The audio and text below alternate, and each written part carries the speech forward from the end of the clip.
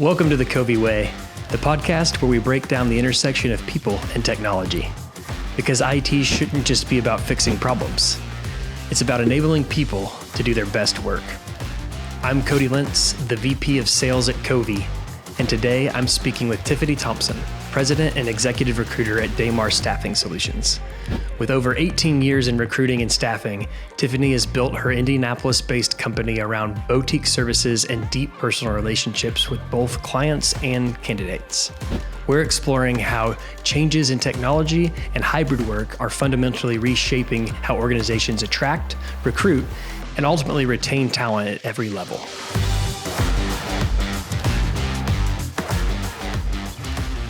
Tiffany, thanks for coming. Appreciate you joining us. You're welcome. Thanks for having me here. I remember a little bit of your origin story and how Daymar and everything got started, but can you remind me, because I'm probably way wrong about some aspects, and just let me know like how you came into the company and then like your journey through that time till now. Fantastic. So I would say, Cody, it was one of those things a few years ago. I used to always say I was an accident entrepreneur. Yeah. But I tell you, it was a podcast that changed my life, because what happens is that when I joined the team in 2010, I was completing my master's and I was actually going to law school. Oh. So it was one of those things. If you would have said almost 20 years later, I would be in the position that I'm in as president of the organization, I would have said no way. But I took advantage of an opportunity. The previous owner, retired at 52, founded Daymar in 2003, and decided that she was ready to retire again and thought that I was the best person for the job. And I said, okay, I was the youngest, least experienced, but I took advantage of an opportunity. And you would say now in 2025, we're still taking advantage of opportunities at Daymar. Yeah. How nervous were you when you jumped in? Very. Just imagine, like, Daymar was only my second job. So I literally have only had 2 jobs. And it was one of those things. I didn't get a promotion to supervisor. I didn't have any leadership coaching. I literally made a decision to buy the business by a pro and con. I had conversations with a couple people, did a pro and con check, and said, okay, I'm going to do this. And I have continued to move forward. And I would say that I have relied on a lot of great relationships along the way, mentors, meeting people like you, getting in contact with Lucian, Sandler, Lucian, yeah. And that has really helped me get to the position now to where almost 20 years have a successful business. We still are able to serve a lot of great people, and we haven't looked back. Yeah, that's awesome. One of the things that I just do this in life because I guess I'm weird or I'm just interested. I don't know. But at COVI, intentionally, we always want to understand like what's unique about you as a recruiting and staffing organization or a manufacturing organization for a different client. And that just helps inform us how to make appropriate recommendations instead of just make the best tech presentation when it doesn't really relate to you. And I remember when we were doing that early on that you were very focused on 2 key points, which was like the relationship is what matters. And we're going to be more niche and boutique than what has traditionally been in the recruiting and staffing space. So can you enlighten us on what it means to be boutique and kind of how that relationship focus has impacted the journey over the last 5 or 10 years? Absolutely. And we are committed to providing ridiculous personalized service. And even with the uptick in technology, we still take that we human approach.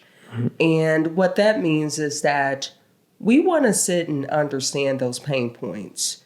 We want to know how you tick so that we ultimately can make the best solution. And it's not like a one-off. We are tapped into our clients 365 days out of the year. And even when they don't want to hear from us, guess what? You still are going to hear from us. And we have been able to leverage technology platforms, but still maintain that we human approach, because to me, that personalized touch algorithm cannot replace. That is a pretty hot topic right now in the world since AI jumped in and has continued to just iterate and iterate. How do you do that? How do you leverage the technology but still stay engaged and focused on the humanity? Great question. So it's a couple different things is that, well, for our technology platforms, whether it be our CRM system, now we have web-based phone system. We utilize some AI tools, and it's for efficiency. And what that does is those tools allow for the recruiter to focus more on that human touch. At times going on site to a client, picking up the phone and asking some of those difficult questions. Because when you think about sourcing and recruiting, and sourcing is the actual process of going through resumes and then recruiting, picking up the phone, that is a 40+ hour work week. So those platforms allow us, like applicant tracking systems, now in the technology, in the staffing world, they talk about those AI bots that allow you to build code that then allows you, like the actual end user, to feel like that they are talking to someone and getting an email response for someone. That allows us to be more efficient. Mm-hmm. So those are like updates, like those emails, or what? Give me an idea of what's going out when you're sending those. Well, what's going out is, it used to be a time, and I'm aging myself. When I get into the business, I would literally probably send out hundreds and hundreds of emails with the same message to different people. You're doing the copy paste, copy paste, copy paste, and that leads to error. But now when you can build code or even have some type of email blast that can do that work for you and you put it on a schedule, now it limits the error of the user. Because it makes me think of my sourcer. Love him to pieces, but he's not strong administratively. So it's like, do we really want him copying and pasting hundreds of emails? Or now when he's doing text messages, we're relying on him to data input text messages? No, we don't want him to do that. We leverage tools to be able to do the work and really decrease the error. So the tools are, like you said, decreasing the error. So it lowers your risk of creating a unpleasant experience. Absolutely. And then it's also adding the efficiencies that are letting, like you said, your sourcer focus on more meaningful work, which I'm guessing would be like a 3D conversation on the phone or Teams or Zoom or whatever. Absolutely. Absolutely. And one of the things that you realize with people, like, and even as a recruitment firm and a consulting division, it's hard to find good people, right? And it's hard to find people that understand how to do the work. So now more than ever, with the client demand, like, okay, what is the average turnaround time to, get a placement? They are really putting the pressure on even agencies to be more efficient. But if you can't find the team members and the training time, then that's where the tools become really important. So what are other agencies doing then that you see out there, like, especially if it's different than what you're doing? Absolutely. So I would say most agencies now, and it's funny, Cody, because I am a part of a all agency owner peer group. Oh. And our whole conversations have shifted from people to now, what's your tech stack? And I can recall a couple years ago, I'm sitting in the meetings. I feel like we just switched roles. Yes. And I'm just sitting there like, tech stack? And they're like, Tiffany, what are you doing? And I'm like, well, we're still somewhat manual, a little automated. And agency owners of all sizes are really relying on technology because for them it's quantity based. But my business model is more quality based, which allows us to still have that we human. But if you're an agency that's needing to hire 1,000 general labor people, you don't have the time to put out calls. You have to rely on technology. So you're placing candidates in different roles than that Correct. Quantity approach. Yes. Gotcha. So we don't do much general labor at all. We're more office professional level. So in that industry, you have to have somewhat of a more personal touch. Is that because, not that soft skills are not always important, but that because they're more important in that type of culture and environment that those roles are being placed into? Absolutely. And I never forget, just imagine even virtually when you interview people, you see them virtually, but let's just say an office is looking for a front desk person. So you expect this front desk person to be the first point of contact, to be, very pleasant. Virtually, you kind of get that. But just imagine first day that person walking in and you realize that they don't have that personality and they don't have anything, and you may have just had a phone call with them. That's where for us, we still do locally a lot of in-person interviews. And the reason is because in-person versus virtual can be different from some, especially when you think about entry level to middle level type professionals where they're interfacing with client more. You really want to put your eye on them. Yeah. What differences do you see between candidates that you have to do virtual or you do in person? Like, what do you get to pick up on more when they're there in the room?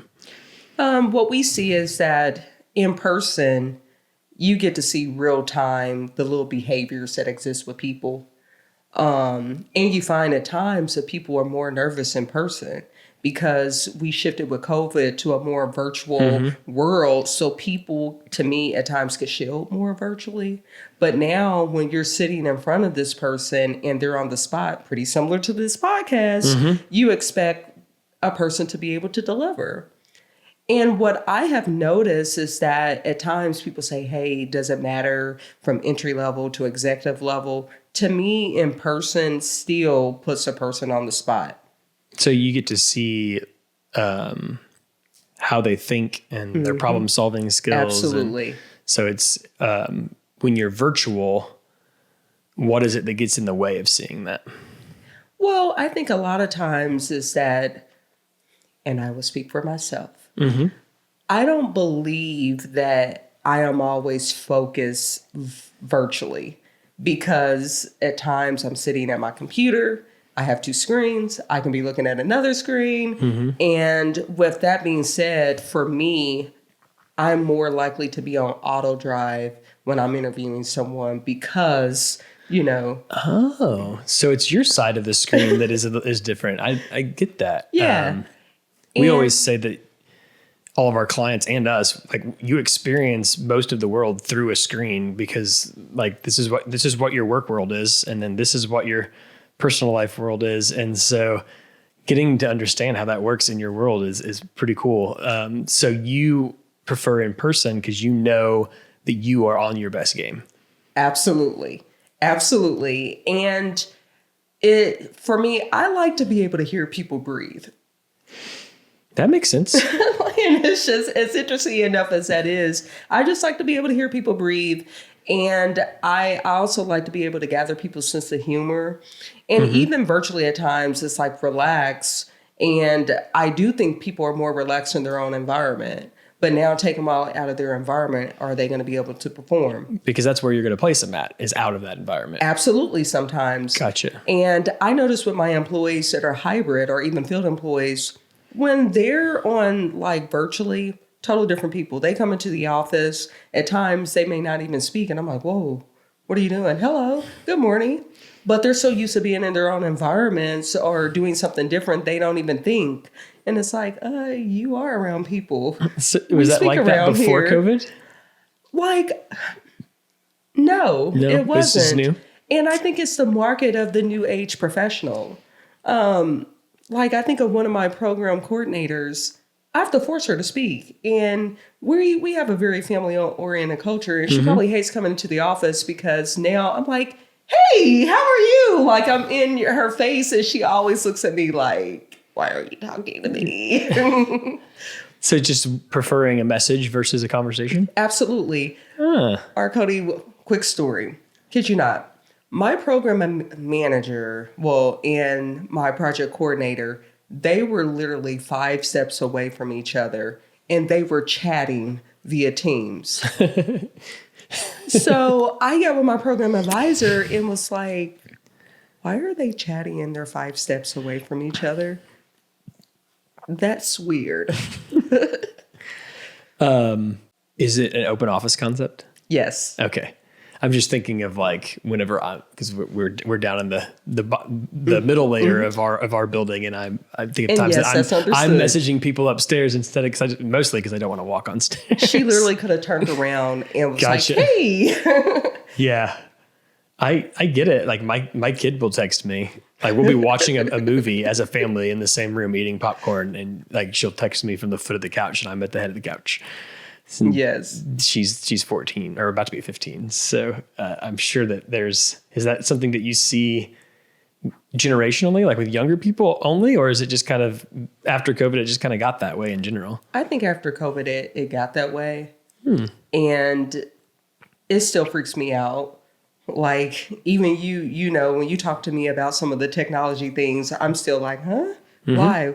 But then I do understand that in order to be competitive in the world, you have to adopt some of the, technologies and the automations and be okay with some of the inconsistencies things that I consider inconsistencies as just the norm of the direction that the world is going in. Yeah.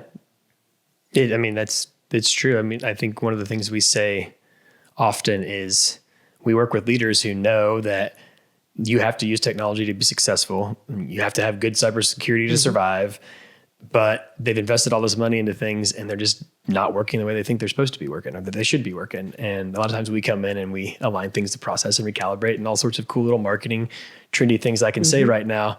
But it is like the reality of the world is if you don't use technology, you better have a really good reason to not be using technology because everyone else is using it and there's a lot of advantages to it.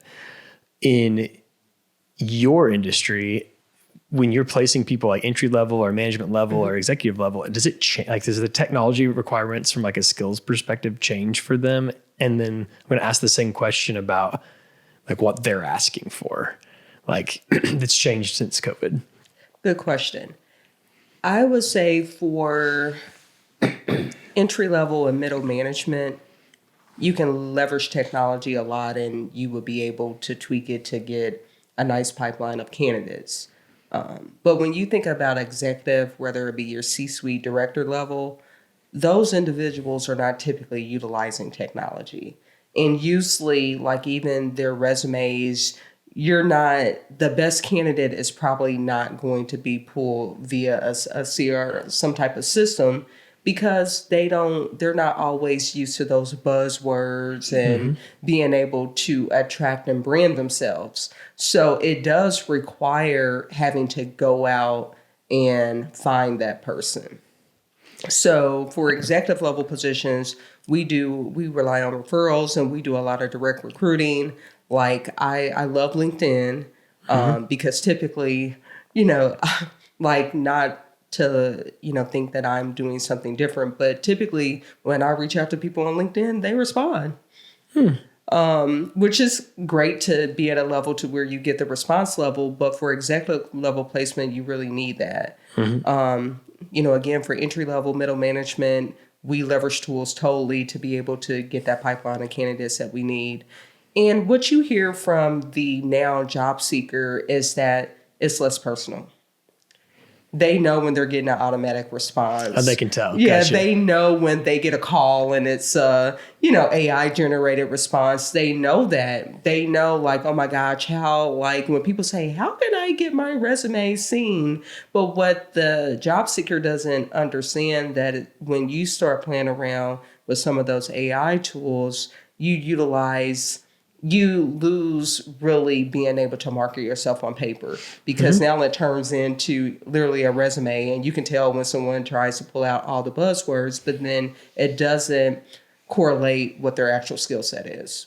And what are you doing to like separate that wheat from that chaff at Daymar? Great question.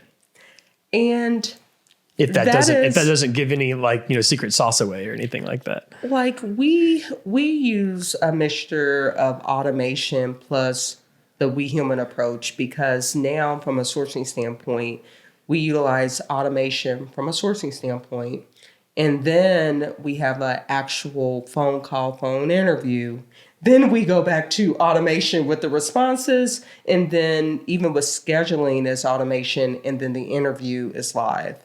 So you're using the automation to move the mundane or repetitive tasks that that a system can do for you, that you like, which is probably just like, in my world, it's like analyzing rows of a spreadsheet, to find certain things, and then you put those over, and then you make your phone calls. Yeah.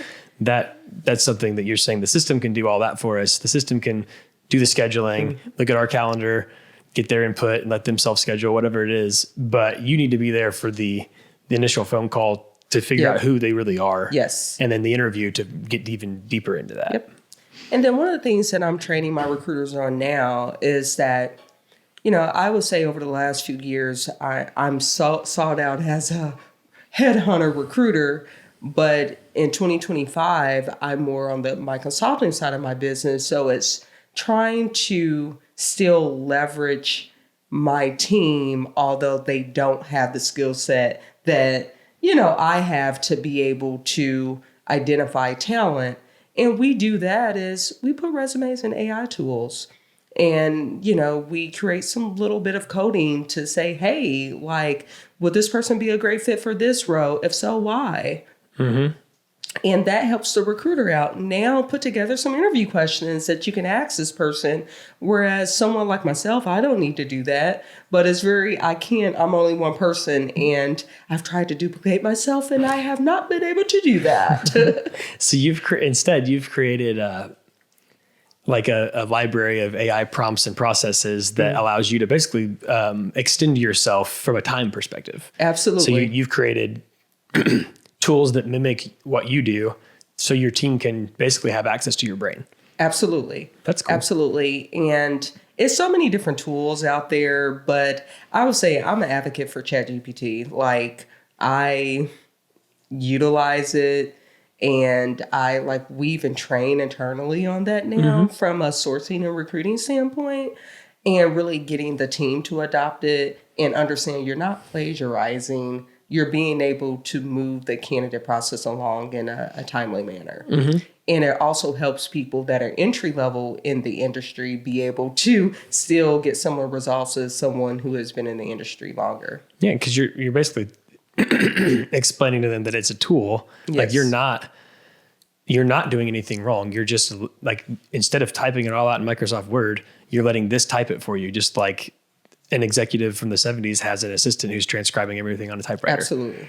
That's pretty cool. If we switch sides of the story from a technology perspective, like remote work or like mobile phones or anything like that, what are you seeing candidates want at the negotiation table that's different than it was before COVID? Well, if you would have asked me this 2 years ago, I would have said that most people want to work remote because they really have built a lifestyle of working remote, whether it's like, now I don't have a vehicle, now my children are not in daycare, now I get to be able to cook dinner on the clock at 4:00. But what we're seeing now is that many individuals understand that some organizations are wanting to require people to report in person now, or even hybrid schedules. And they welcome it because they realize that they have missed some of the collaboration that takes place in-house. And you also miss some of the mentorship that goes on in-house. And you just miss the whole people, like being able to talk in the lunchroom. You don't get that when you're at home. So what we're seeing, even from an entry level and executive level, that people are welcoming it. Those that are not are the folks that understand, like, oh my gosh, I'm saving $20,000 a year plus because I'm at home. But what they don't realize is certain positions, especially in the state of Indiana, you're going to have to report back to work one way or another. And how you do that is up to you. So it sounds like you have to kind of educate candidates from time to time. Absolutely. Do you have an example of like one of those where you had to like really help someone with a mindset shift? Absolutely. So here recently, and I was working with one of my recruiters, Sharp program manager, she recently had a baby. coming off maternity leave. And she's like, well, I only want 100% remote. And it's like, well, like we have a great opportunity for you, but it's going to require you to report to work or at least be open to hybrid. Well, I can't do that because I don't have a sitter yet for my newborn child. And it's like, you do understand that from an employer standpoint, we don't hire people so they don't have to pay for daycare. Mm-hmm. So now you're in a situation to where you have to understand that remote work is really a benefit at times for the employer and the individual, but your mindset can't be that I want remote work because right now I don't want to have a sitter and I don't want my child going out, to a daycare. Mm-hmm. And it was one of those things to where when she was having that conversation with my team member, she was very adamant. But when I had that conversation with her, she's like, well, let me do some research on this and see what I can do. Because like I told her, if your compensation is higher and you now have to build into the budget of a sitter, would that make sense for you to go, obtain a daycare? And she said, yeah. Yeah, because you're just moving money around. Yes. So does that mean that you're seeing some candidates who are kind of digging their feet in on these employer requirements, but with like the wrong motive or reasoning? Like, it's like, it's less about, in this case, it was less about needing to be at home. And it was more about needing to save or have the money for this $600 or $1,200 a month for daycare. Absolutely.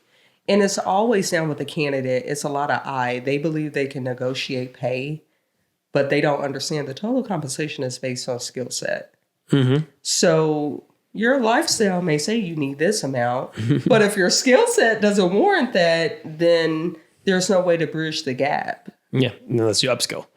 Yeah. Yes. What about on the other side? Like when you're helping companies find recruits, Mm-hmm.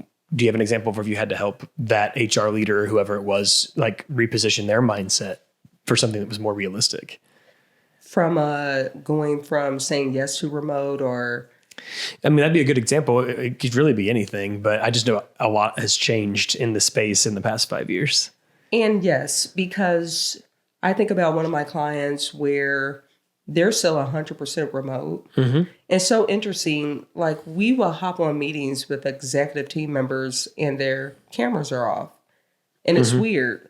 So as being able, like we've educated them, it's like, hey, for executive team members, we need cameras on. And if you're in a position to where you can't do that, let's reschedule. So what happens is you have many departmental managers that pretty much set the standard for their team. So if they're abusing the policies, then they're okay with their team members abusing the policies as well. And for us, when we're in a situation where we're co-managing teams, you have one manager that's relaxed, but then when they're working with one of our managers, we're like, hey, this is the expectation. Now the lines are, there's that gray area. So it's times where we've had to educate the manager. Hey, we don't care what your lifestyle is, but you do understand when you have people reporting to you, you have a duty to make sure that you're setting the standard, which is based on what the organization has put in place for a policy standpoint. Because when you don't, you would eventually start seeing a decline in productivity. Which is why the policy exists in the first place. Absolutely. Gotcha. If you were talking to a room of hiring managers, I'm literally thinking about AI prompt language here when I was thinking through that. But no, if you were talking to a small group of hiring managers, what would be like your number one recommendation for how to attract and retain talent? Like, here's what you're seeing in the world that is the greatest impact. Great question. First, I think every organization should consider doing a talent audit.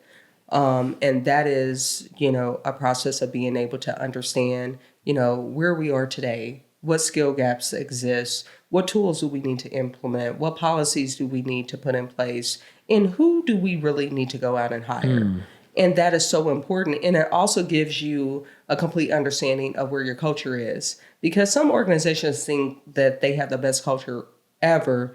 But when you haven't had to hire in years and you have people that have been in your environment for a while, what worked 20 years ago is not going to work today. And it's hard for organizations to understand that, because a tenured employee is going to have a different need than someone who's a new hire. And even at Daymar, we have experienced that. And you have to get good at being able to offer professional development opportunities, mental wellness incentives, and being able to create a positive culture to where you're supportive and where people feel like, hey, I do matter. I am adding value. And when people can hit on professional development, positive culture, mental, and being able to really communicate what the value is and bring their mission and vision to life, that's how you retain top talent. So it's having kind of like that benefits adjacent Absolutely. perks. Is that different? Is there anything different than that? Like we've talked hybrid work, and we've talked or remote work, and we've talked compensation, and now we've talked about those little benefits with mental health and what you just listed off. Excuse me. Is there anything else that would make a company stand apart for like someone who's out job hunting? Well, I would think also leveraging technology. Like one of the things, and we're probably an organization, but you will find now more than ever that we spend a lot of time really bringing our mission and vision to life. People want to know what your organization stands for. They want to be able to visually see your culture come to life. So we do a lot of that, being able to showcase that, because people want to know, if I say yes to this company, what am I saying yes to? And they also want to know about those testimonials where you have a happy employee, and they want to know about those testimonials where it's a happy client.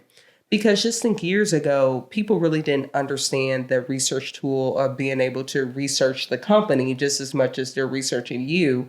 But now, average job seeker can do all the research they want. They can go look at your Google reviews. They can go to your website. They can see all of that. They can actually go to your Facebook page if they wanted to and it was open. So when you're now out in the open and people can literally be on their phone and find you, you want to make sure that you're clear on what they're finding, and does it match what it is that you're really marketing and branding as an organization. So it's different than when your web presence before was either it was there to drive inbound leads or product purchases or some type of revenue, or it was there to show that you were real, that you were authentic, and that like it was like, yes, if I don't have a website, I'm not a company. Absolutely. Now you're saying it's also a representation of the culture. Absolutely. Marketing and branding is so important. Like Daymar, we literally have had an advertising agency on record for many, many years. But it's one of the things that we're doing now is SoundCloud. Like, it's being able to take a whole meeting or training and bring it to life via SoundCloud. That's something new that we're doing. I'm like, ooh, we can do this? That's cool. This is cool. But then what we do is we send the links out to the employees. So it's like now you can click on a link that says, this is the Daymar brand. Oh, we just had a meeting on policy.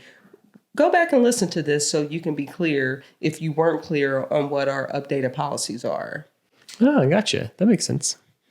So it sounds like you've evolved a lot since you jumped in and took that risk and bet on yourself.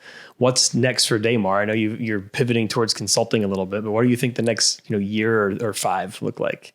That is a great question. I would like to get to a point to where we, again, just continue to be committed to the ridiculous personalized service. As a leader, now I'm spending more time, working on the business. And even now, just being out more, just having those interesting conversations with individuals, because when I'm able to do that, that really drives the business forward. If there was one top priority or top major roadblock or challenge that you're facing right now to go into that next phase of your organization, what would that be? Well, coming from an organization that one of our service offerings is staffing and recruitment, it's really staffing. Like, it's very hard to find those rare individuals that fit into our culture and that also could even be trained to do what we do. I just think this year, we've hired like maybe 3 to 4 people on our staffing division, and I can be transparent. None of them worked out. And part of the reason is because many of them were very reliant on like behind the scenes emailing. And no one understands that when you're in a people world, you have to like people. And even when I would say we have a good recruitment process in place, we have the tools for personality, all those type of assessments. But at the end of the day, when someone is in a people business and really likes to hide behind technology, they are not a great fit for Daymar. So now we are struggling with identifying those we human people that really can adopt to that philosophy. And that's not something you guys can train in?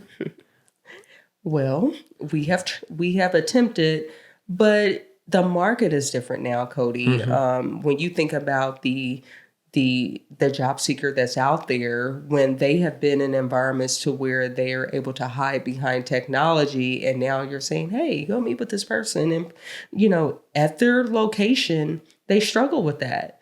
And at times just knowing how to communicate. So we're all about training, but we also have gotten to a point as an organization to where we want to make sure that early on we understand the behavior. Mm-hmm. I'm speaking Sandler, the attitude, the technique. And if we see it's not there early on, we're not going to spend a lot of time in trying to upskill because it's not going to work. Gotcha. Are you seeing that across like all age groups and like all industries where people are just hiding behind a screen instead of using a screen to connect? Absolutely. And it's just a new phenomenon. And I don't believe any organization has totally figured it out, because when you think you figured it out, then it's something else that pops up and it's like, ooh, how can we get over this? It is. It's like I'm making mental notes of like, how do we elevate the experience within technology to help facilitate connection instead of deprioritize it? Absolutely. Well, that leads us to our tech tip because we are almost out of time. And I thought of this whenever I was talking to you on the phone last time earlier in April. Mm-hmm. But a really good tip that you can use, and you can use tools for this if you want. Tools out there would be like Loom, or you can record yourself with Teams or Zoom. But you can also just grab a smartphone and just record an asynchronous video of yourself. That way, when you're trying to be seen by someone who's looking for talent, they can actually learn who you are instead of look like the same resume that ChatGPT wrote for everybody else. And it goes the other way too. When you have a candidate that is in your pipeline of interview and qualification process, have your direct, the people that they will be reporting to, record a quick video to say hi and let them know that they're humans, all the way up to the executive level. And that's it. Tiffany, thanks for joining us today. You're welcome. This was fun. Yeah, it was great. I really loved to see you again. Tiffany's insights reveal that successful recruiting in our hybrid technology-driven world isn't about choosing between high-tech efficiency and high-touch relationships. It's about strategically combining both to create authentic connections at scale. Technology should amplify human judgment, not replace it. Hybrid work has shifted the conversation from location flexibility to holistic work-life integration, and organizations that understand how these changes affect different employee levels differently will have a significant advantage in both attracting and retaining talent. The companies thriving in this environment are those that use technology to create more meaningful human connections, not fewer. Learn more from Tiffany on her LinkedIn page and about Daymar Staffing Solutions at daymarstaff.com.